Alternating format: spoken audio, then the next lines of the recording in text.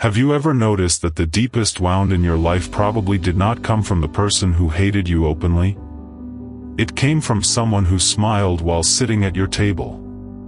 That is what makes betrayal so disorienting. It does not just damage your plans. It damages your sense of reality.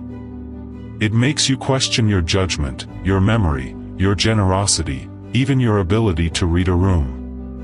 And in a world where appearances are polished, language is manipulated, and loyalty is performed like theater, that confusion is exactly what destroys people. Not the enemy outside the gate. The actor inside the house. In this video, we are going to walk through 6 kinds of people who often betray you before your enemies ever get the chance. Not because life is cursed. Not because everybody is evil.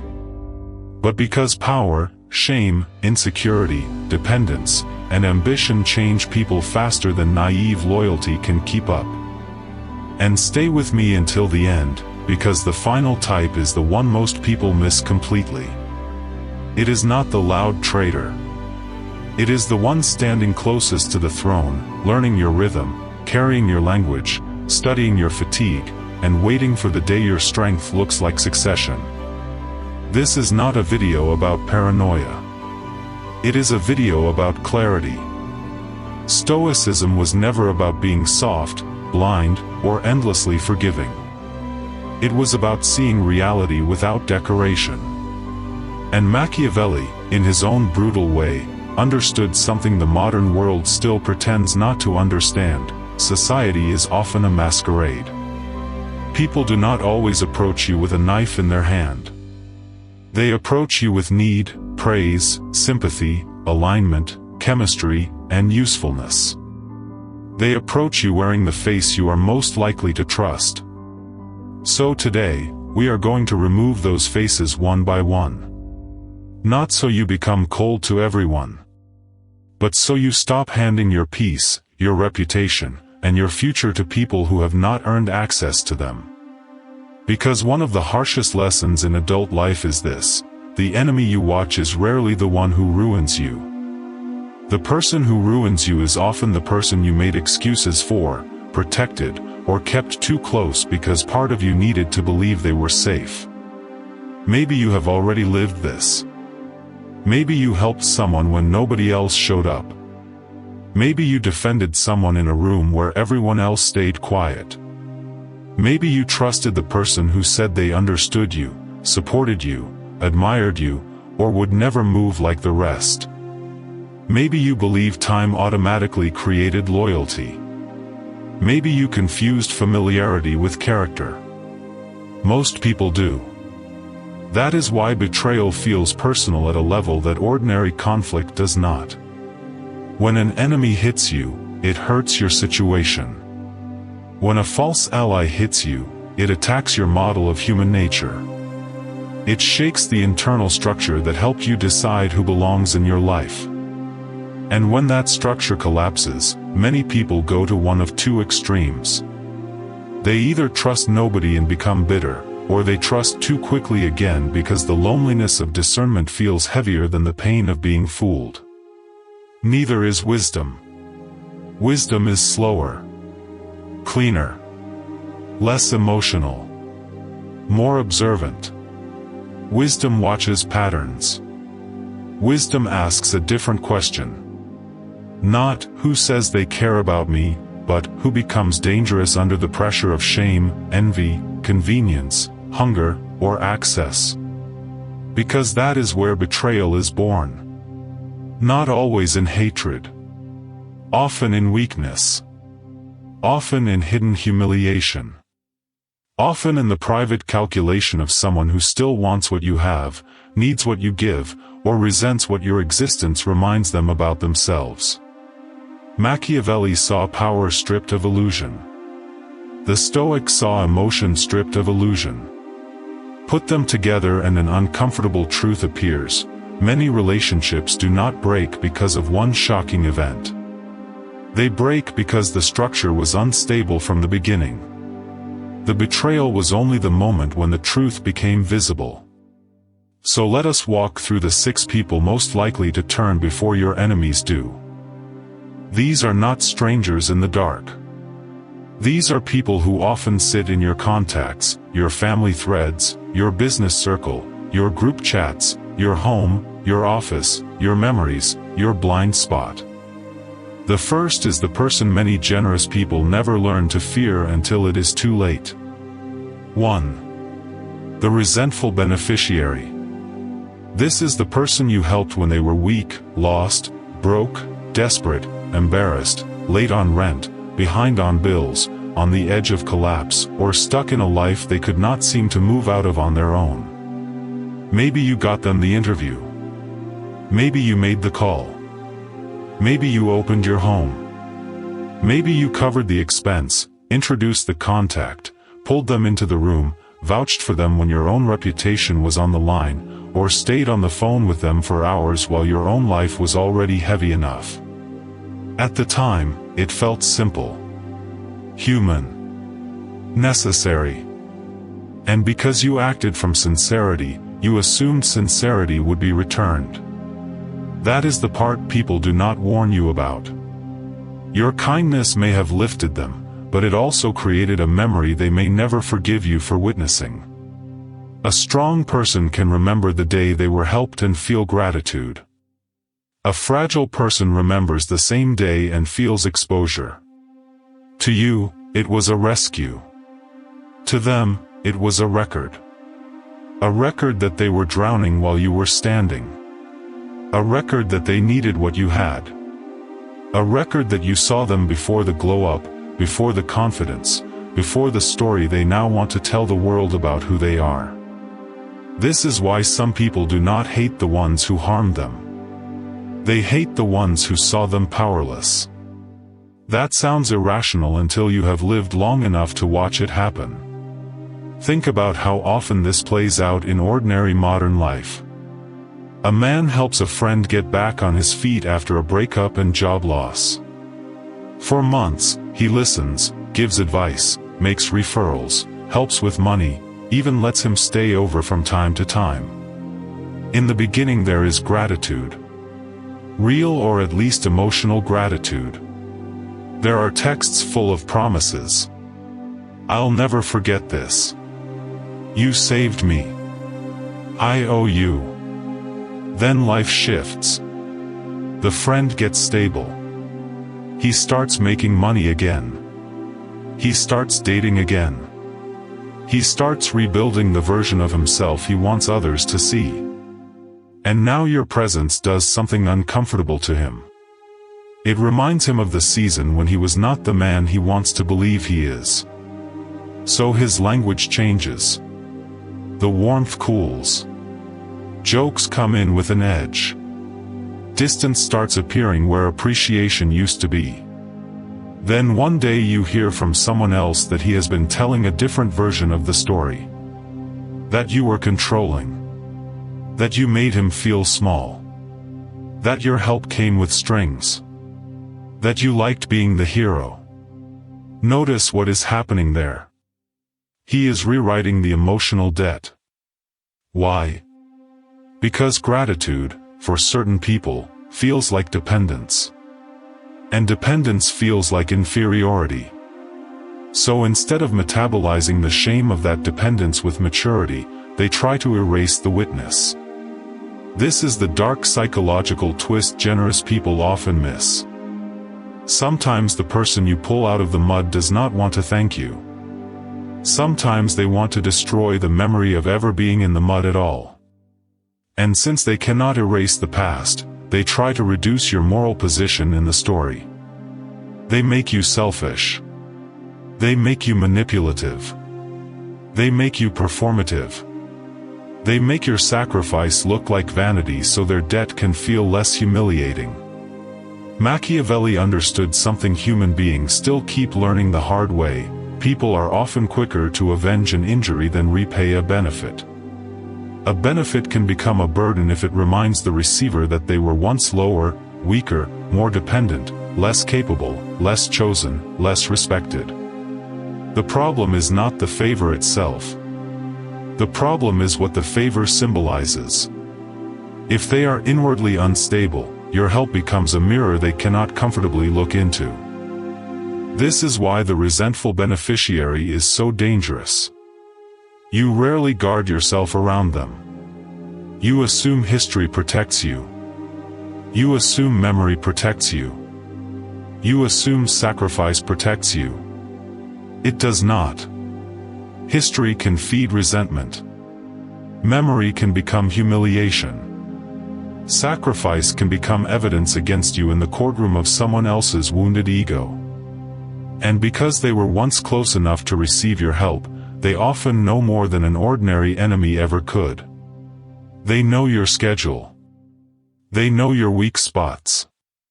They know your generosity style. They know which people trust you. They know how you speak when you are tired, what you reveal when you feel needed, how quickly you move to rescue, how much chaos you will tolerate before setting a boundary. You gave them more than assistance. You gave them access. So if they turn, they do not attack like strangers. They attack like insiders. Quietly. Indirectly. Through narrative, gossip, selective memory, insinuation, withdrawal, strategic disrespect, or alliances with people who already wanted to see you lowered. You think betrayal begins when they stab. No. It begins when they stop being able to tolerate the emotional fact that you once carried them. This does not mean never help anyone. That is not Stoicism. That is just fear wearing the costume of wisdom. But it does mean this: help without surrendering your structure. Help without becoming someone's permanent emotional scaffolding. Help without confusing your generosity with a guarantee of loyalty. Help without narrating yourself as savior. Help without giving away so much access that the person can later weaponize your own openness. And if you notice someone starting to resent the very grace that once sustained them, believe the shift early. Do not beg for old warmth. Do not chase repayment. Do not keep reintroducing yourself as their protector when they have already begun positioning you as the problem. Sometimes the cleanest thing you can do is quietly stop offering what they are already turning into poison. If the resentful beneficiary betrays you because your strength exposed their shame, the next person betrays you by making your compassion serve their strategy. 2. The professional victim. This person usually does not enter your life as a threat. They enter as a wound. They tell a story, and the story is heavy. Everyone hurt them. Every ex was toxic. Every boss was abusive. Every family member misunderstood them. Every friend failed them. Every season of life somehow ended with them carrying pain while someone else carried the blame. At first, you feel empathy. Maybe even admiration. They seem vulnerable, raw, open, emotionally honest in a world that often feels superficial. And if you are the kind of person who wants to protect, stabilize, support, or understand, they can feel almost impossible to resist. Because what they trigger is not suspicion. It is conscience. You do not want to be the next person who fails them. You do not want to become one more name in the archive of people who did not show up. So you lean in. You listen longer than you planned. You excuse things you would not excuse in anyone else.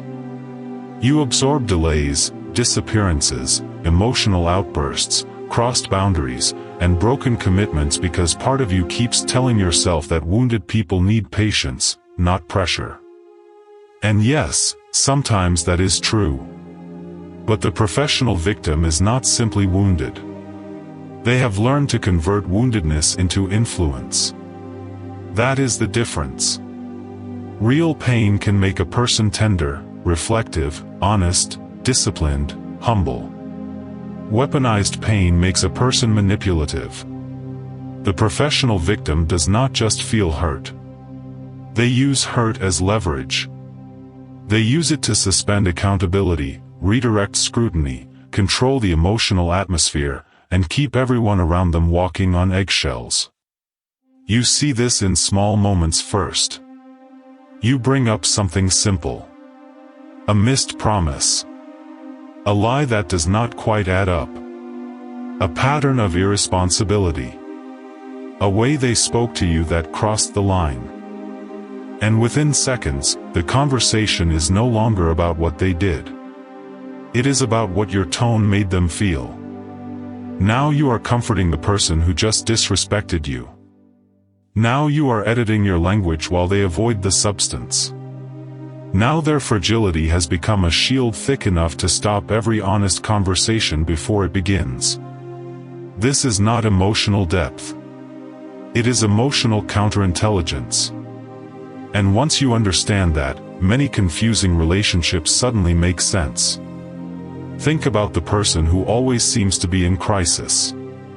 There is always a new emergency, a new betrayal, a new villain, a new reason they could not show up fully, a new explanation for why ordinary standards do not apply to them. They are exhausted, overwhelmed, triggered, misunderstood, still healing, doing their best, carrying so much, barely holding it together. And because those phrases sound human, compassionate people keep giving them exemption after exemption. But over time, a disturbing pattern appears. Nothing changes. The names in the story change. The crisis changes. The villain changes. The performance of helplessness remains. That is because helplessness has become part of their power system. They do not only want understanding. They want asymmetry.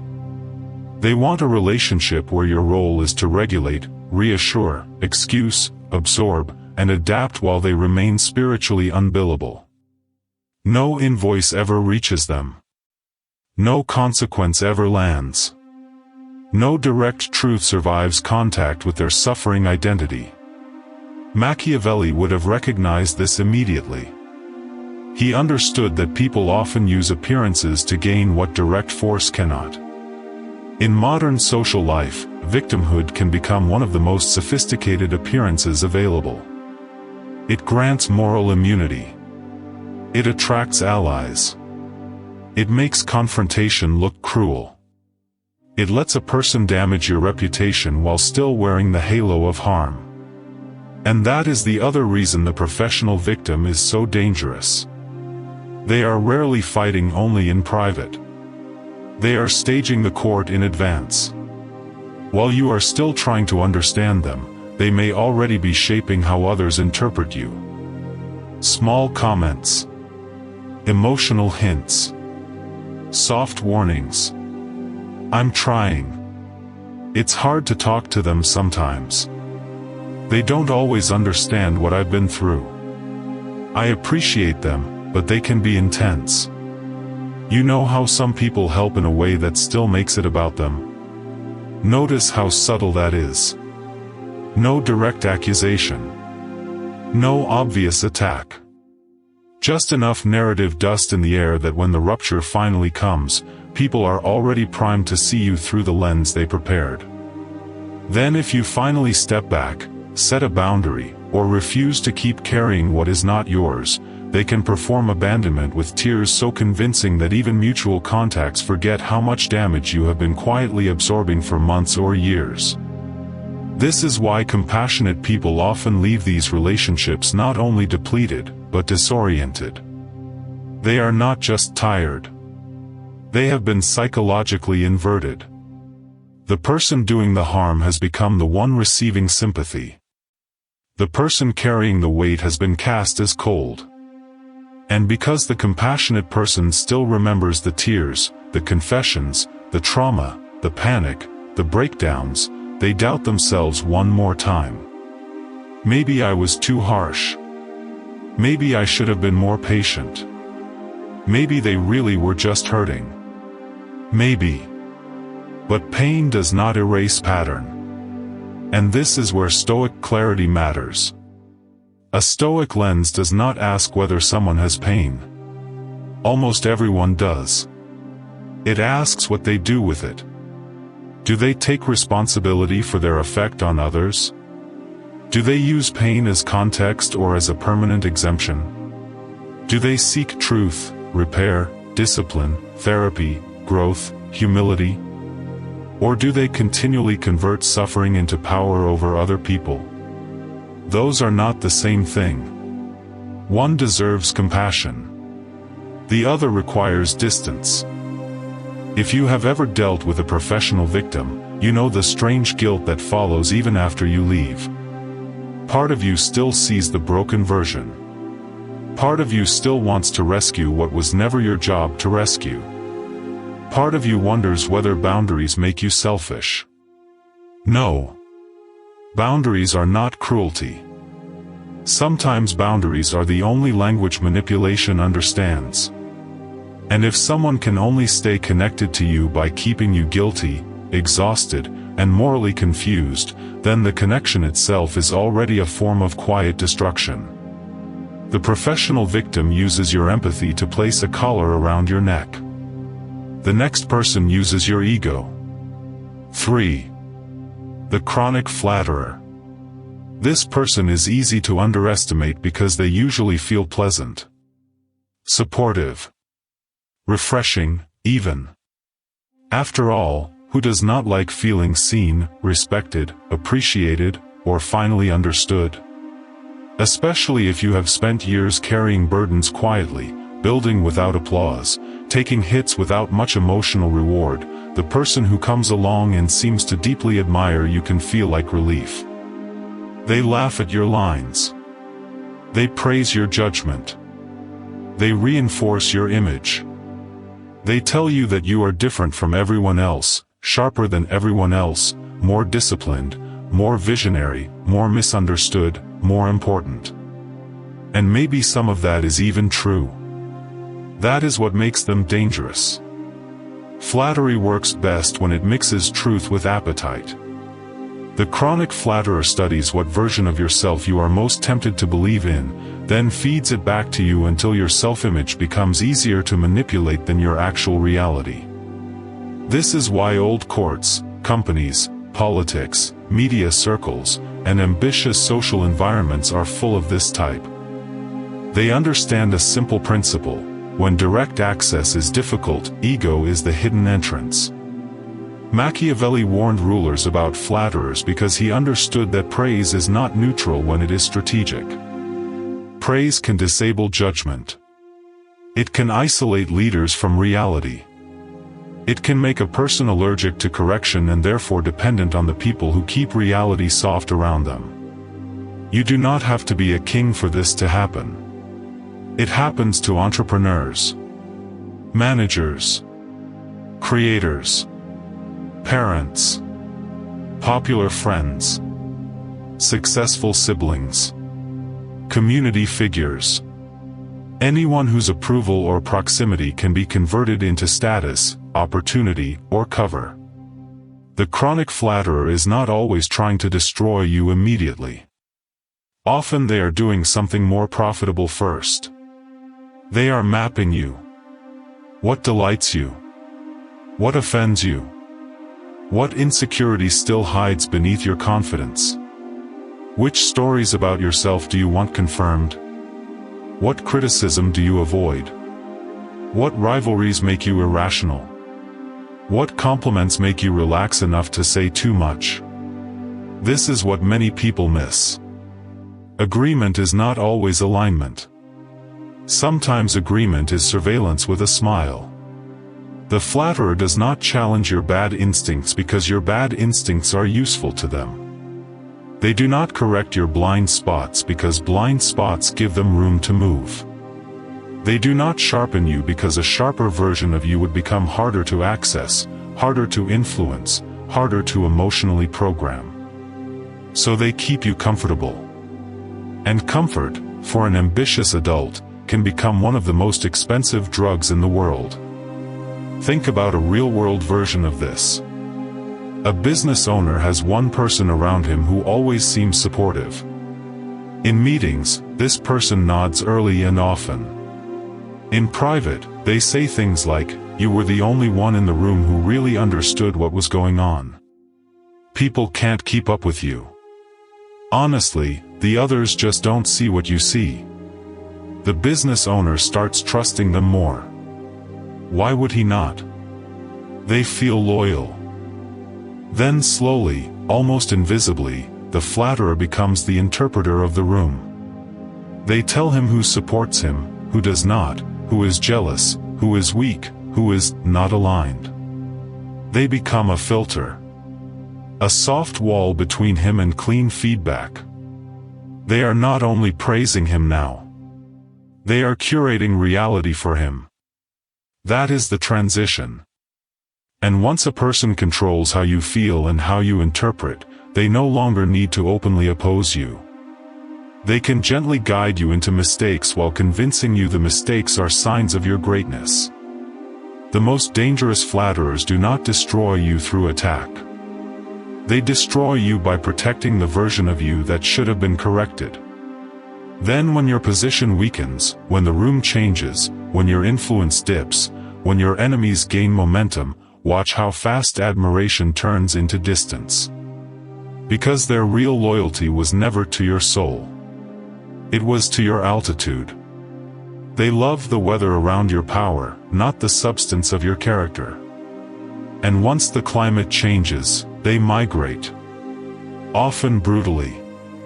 Sometimes the same person who constantly praised you in private becomes the first one to reposition in public. Now they become nuanced. Cautious. Concerned. I tried to tell him. He stopped listening. He surrounded himself with the wrong energy. I always had reservations. Notice how elegant that betrayal is. They do not even need to become your enemy in the theatrical sense.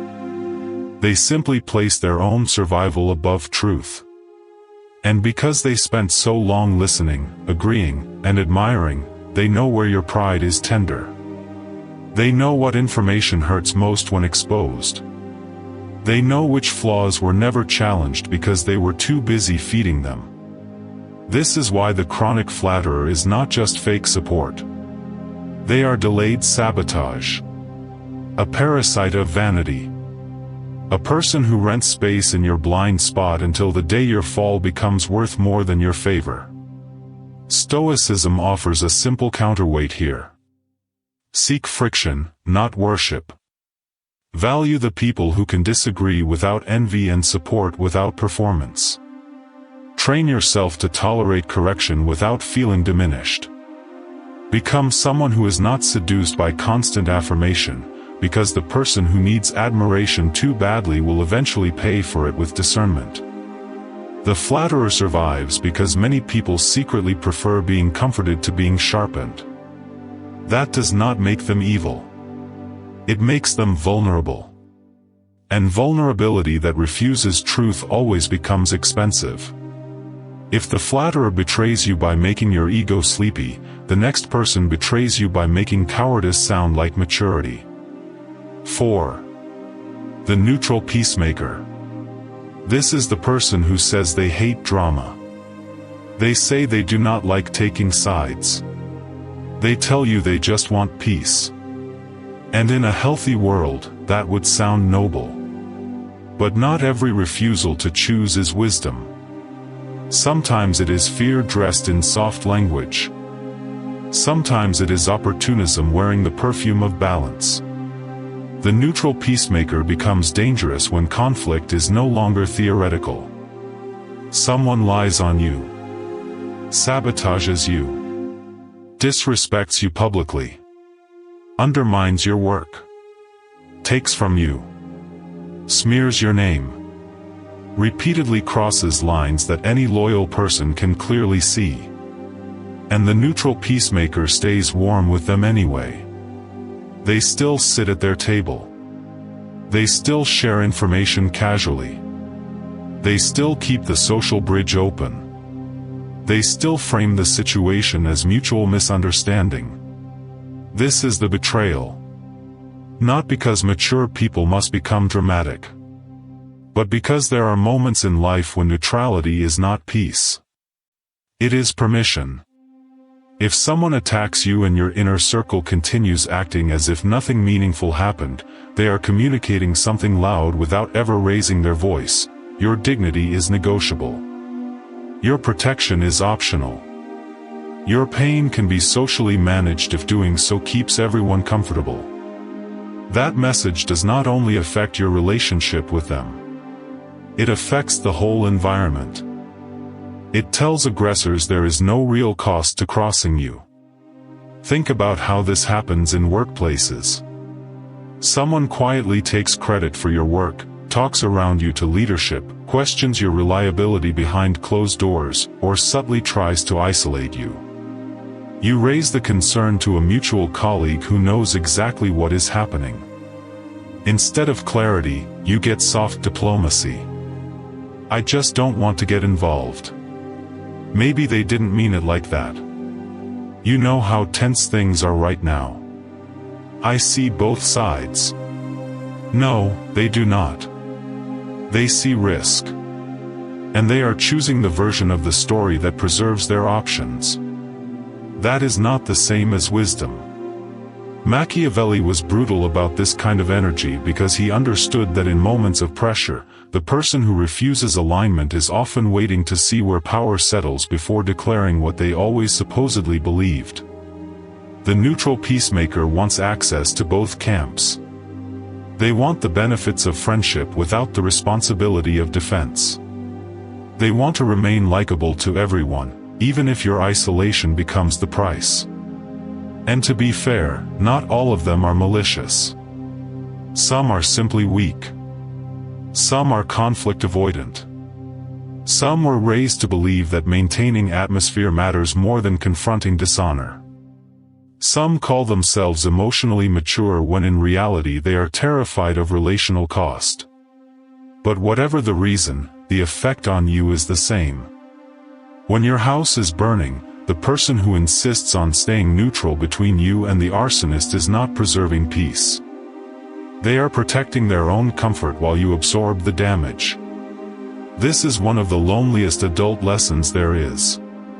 The person who always seemed calm, fair, grounded, and emotionally intelligent may be the exact person who disappears when moral clarity becomes inconvenient.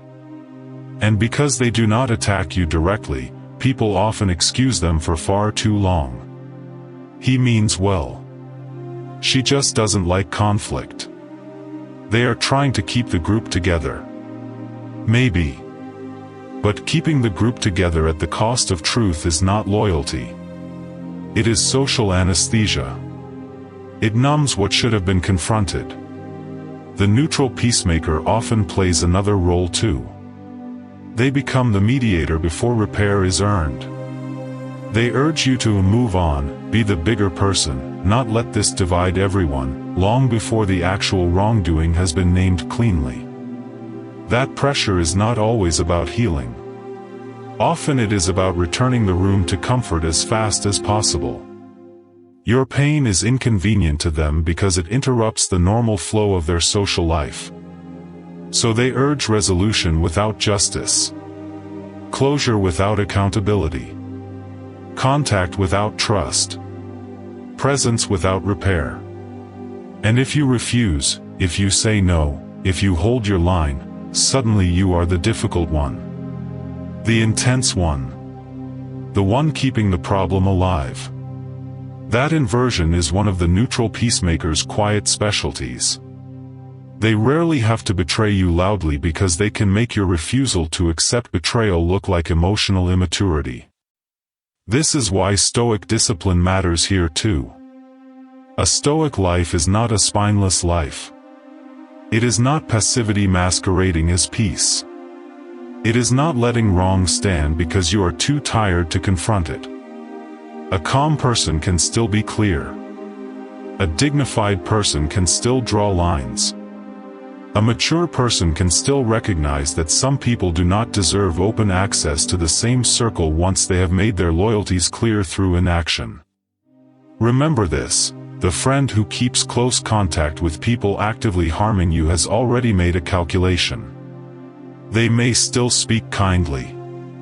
They may still say they care. They may still act warm. But warmth without backbone is not loyalty. It is just atmosphere.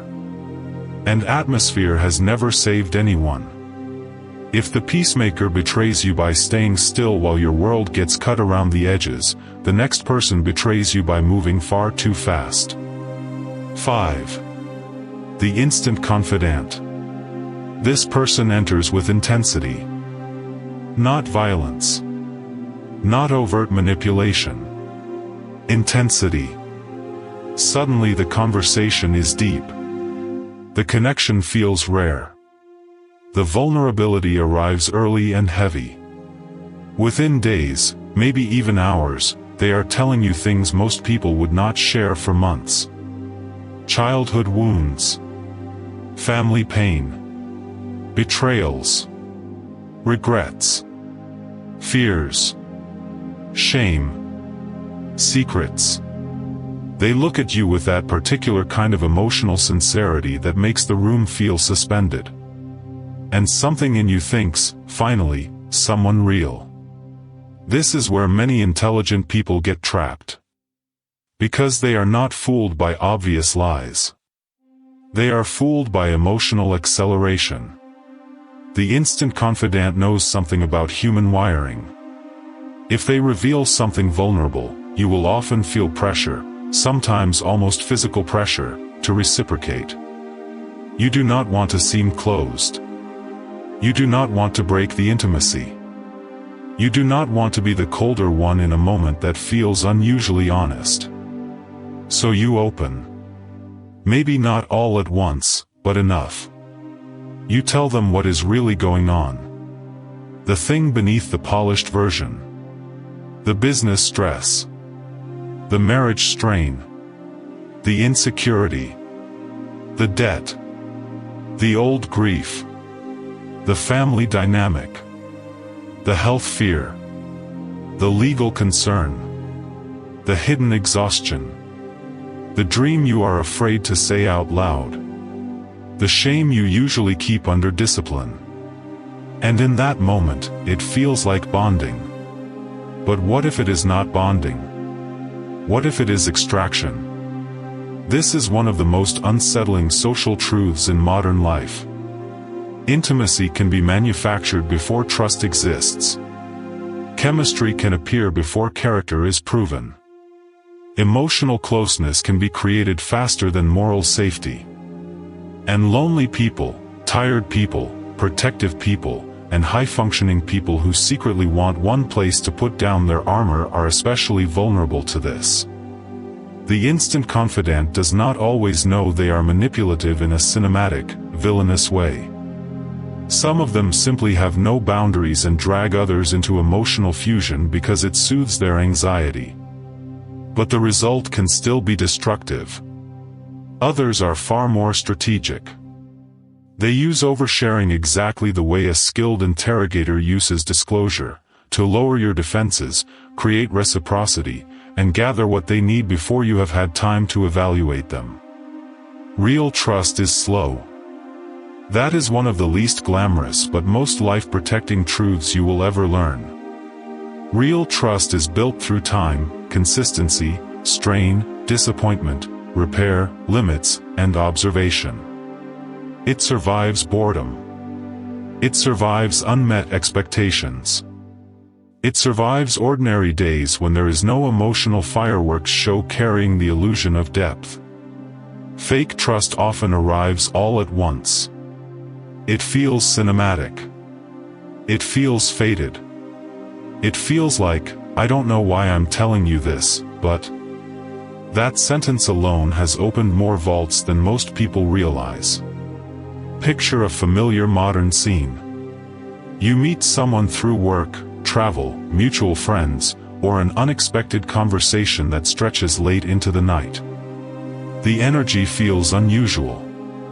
They tell you things that should probably not be told yet, but instead of seeing it as instability or tactic, you interpret it as proof of authenticity. Then they ask just a few well-placed questions and your own caution starts dissolving. Soon you have told them things your outer world does not know. Then something shifts. Their energy cools. They become inconsistent. Or they remain warm, but now there is a subtle imbalance. They know much more about your interior than they have earned the right to know. They know what pressures you are under. What kind of validation you crave. What topics destabilize you. What part of your image is more fragile than it appears. Whether you are lonely enough to tolerate blurred lines. Whether you can be guilt, flattered, seduced, or rushed. Even if they never explicitly use the information, the asymmetry itself changes the structure of the relationship. You are no longer meeting them from equal ground. They have a map. And if the relationship sours, they do not need to invent a weapon. You handed them one while believing you were creating closeness. Machiavelli would have recognized the architecture here immediately. People reveal themselves strategically when it increases access. Modern society romanticizes instant connection because it is emotionally intoxicating. But intoxication is not proof of safety. Sometimes it is proof that your guard has been bypassed faster than your judgment can catch up. This is especially important for people who pride themselves on being deep. The desire for meaningful connection can become a blind spot. You start mistaking intensity for integrity. Shared pain for shared values. Fast emotional rhythm for actual trustworthiness. They are not the same. One of the most useful disciplines you can build is the ability to remain warm without becoming instantly exposed. You do not have to become cold. You do not have to become robotic. You do not have to punish connection. But you do have to respect pacing. You do have to stop rewarding premature intimacy just because it feels rare. You do have to notice when someone is disclosing so fast that it creates pressure, not trust. And you do have to ask one of the most protective questions in adult life: what has this person actually earned from me through consistency? Not chemistry. Consistency. Not depth of conversation. Consistency. Not how seen I felt tonight. Consistency. Because if a person casually betrays their own privacy in front of you before they even know your middle name, that is not always a sign of emotional courage. Sometimes it is a warning that privacy itself means little to them. And if privacy means little to them, what makes you think yours will be treated as sacred later? The instant confidant is dangerous because they do not feel like danger. They feel like relief. That is what makes them effective. If the instant confidant takes your secrets before trust exists, the final person does something even more threatening. They do not want your story. They want your seat. 6. The ambitious shadow. This is the person closest to your competence. Closest to your systems. Closest to your rhythm. Closest to the machinery of your life. Your right hand. Your business partner. Your deputy. Your senior lieutenant.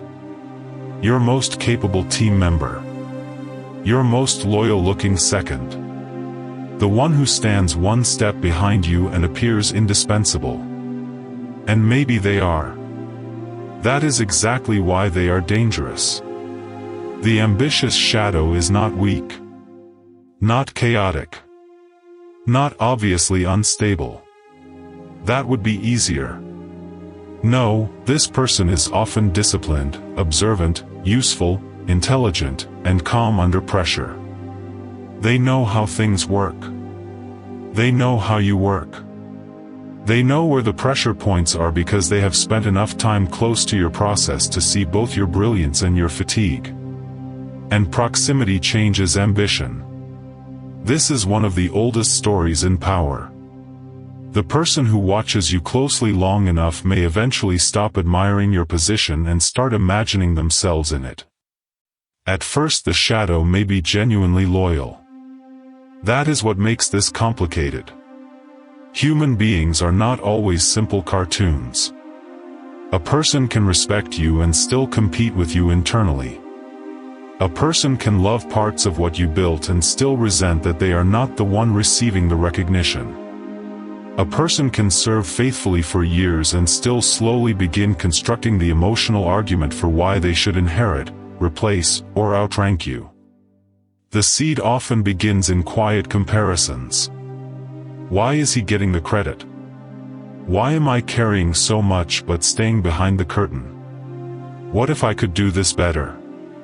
What if the real weakness in the operation is the person at the top? What if I am not second because I am less capable, but because history has not corrected itself yet? Do you see how subtle that shift is? It is not always born from hatred. Sometimes it is born from competence without enough humility to remain clean. And once that internal story takes hold, their behavior begins to change in ways many leaders miss because the person still appears loyal on the surface. They take more initiative, which seems good. They protect you from details, which seems helpful. They start handling relationships directly, which seems efficient. They become the interpreter between you and the team, which seems practical. They refine your ideas, speak on your behalf, stabilize your weak moments, cover your errors, make things smoother, reduce friction. And because your life is busy, because responsibility is heavy, because relief feels seductive, you may not notice what is quietly happening underneath. They are not merely supporting your structure anymore. They are learning how to own it. This is why the ambitious shadow is the most lethal of the six. The resentful beneficiary reacts to shame. The professional victim weaponizes pain. The flatterer studies ego. The peacemaker preserves options. The instant confidant extracts access. But the ambitious shadow studies succession. That is a different level of threat. Think about how this looks in modern professional life. A founder has a trusted operator. The operator is brilliant, loyal-seeming, indispensable. Over time, key staff begin going to the operator first because the operator is responsive, steady, close to the ground, practically involved. Vendors trust them. Internal people like them. They know what is breaking before the founder does. In meetings, they start speaking with increasing authority, not by open challenge, but by becoming the person everyone subconsciously looks to for clarity. Meanwhile, the founder is still the face. Still the visionary. Still the symbolic leader. But a strange thing starts to happen. The center of competence drifts. Quietly. Politely. Almost invisibly. Now if a crisis hits, and crisis always hits eventually, the ambitious shadow is already positioned to look like the natural corrective force. They do not need to attack your name directly. They only need to appear more stable than you in the moment of your strain. The room will do the rest. That is how internal power transitions often happen. Not with a dramatic coup. With a contrast. You under pressure. Them composed. You tired. Them steady. You carrying the cost of leadership. Them carrying the optics of reliability. And because they have been close enough to learn your blind spots, they know what not to do. They know which mistakes you repeat, which communications you delay, which people you underestimate, which habits make you look distant, which stress patterns make you reactive. They do not need to invent your weaknesses. They have observed them in real time. Machiavelli understood this with ruthless clarity. If you are the cause of another person becoming powerful, you may be creating the conditions of your own removal. That does not mean never delegate. It means never confuse delegation with surrender of sovereignty. You must remain close enough to the machinery to feel when your own influence is being translated through someone else's growing mythology. One of the clearest warning signs is information blockade. The shadow begins protecting you from raw reality. They summarize instead of showing. They filter instead of exposing. They tell you they have things handled. They speak for the group. They decide what you need to know and what would only stress you out. That may sound caring. Sometimes it even is. But if it continues too long, you are no longer leading from reality. You are leading from a curated feed. And the person curating reality for you can eventually replace you inside it. Another warning sign is relational ownership. You start noticing that more people feel personally tied to them than to the mission itself. They become the emotional center. The one who solves. The one who remembers details. The one who follows up. The one who makes people feel carried. You, meanwhile, are left holding the abstract burden of leadership while they quietly accumulate the human loyalty that makes replacement possible. This is not a call to paranoia toward every talented person near you. It is a call to disciplined awareness. Strong leaders need strong people. But strong people near you must be structured well. They must be compensated fairly, respected honestly, observed clearly, and never allowed to become unaccountable centers of parallel power. Because if your shadow grows hungry enough, and your structure grows lazy enough, then the betrayal may not even feel like betrayal at first. It may feel like inevitability. That is the cruel elegance of this archetype. By the time many people realize what happened, the shadow has already become the reasonable next step in the minds of everyone watching. And that only happens when the original leaders stop tending the roots. Maybe they got complacent. Maybe they liked being served. Maybe they outsourced too much of the ugly detail. Maybe they assumed loyalty was a permanent condition instead of something that must be maintained through design, observation, and reality. Stoic discipline cuts through that fantasy. Leadership is not title. It is continued contact with what is real. And the moment you allow another person to become more informed than you, more trusted than you, more grounded than you, more connected than you, while still benefiting from your formal authority, you are creating an unstable throne. The ambitious shadow does not always hate you. Sometimes that would be safer. Sometimes they simply believe the future belongs to them now. And if they believe that strongly enough, your removal becomes, in their own mind, not a betrayal but a correction. That is why the most dangerous blade is often held by the person standing closest to your back. Now step back for a moment and look at the pattern across all six. The resentful beneficiary cannot bear the memory of needing you. The professional victim cannot function without moral asymmetry. The chronic flatterer feeds on your ego while studying your weaknesses. The neutral peacemaker preserves comfort at the cost of your dignity. The instant confidant accelerates intimacy to gather leverage before trust exists. The ambitious shadow learns your systems well enough to imagine replacing you inside them. Different personalities. Different tactics. Same underlying truth. Betrayal often grows where access, weakness, and unexamined illusion meet. This is why mature adulthood is not only about ambition, healing, or productivity. It is also about curation. Who gets close? Who gets access to what? Who gets to see you weak? Who gets repeated chances? Who gets to interpret your reality back to you? Who gets to carry influence inside your world without being tested by time? Many people think discernment is negativity. It is not. Discernment is mercy toward your future self. Because every time you refuse to see what a relationship actually is, your future self pays the invoice. Sometimes with money. Sometimes with peace. Sometimes with reputation. Sometimes with years of confusion that did not have to happen. And here is the part one want to say carefully. This message is not, trust no one. That is too shallow. The deeper message is this: trust slowly, observe honestly, and stop romanticizing closeness.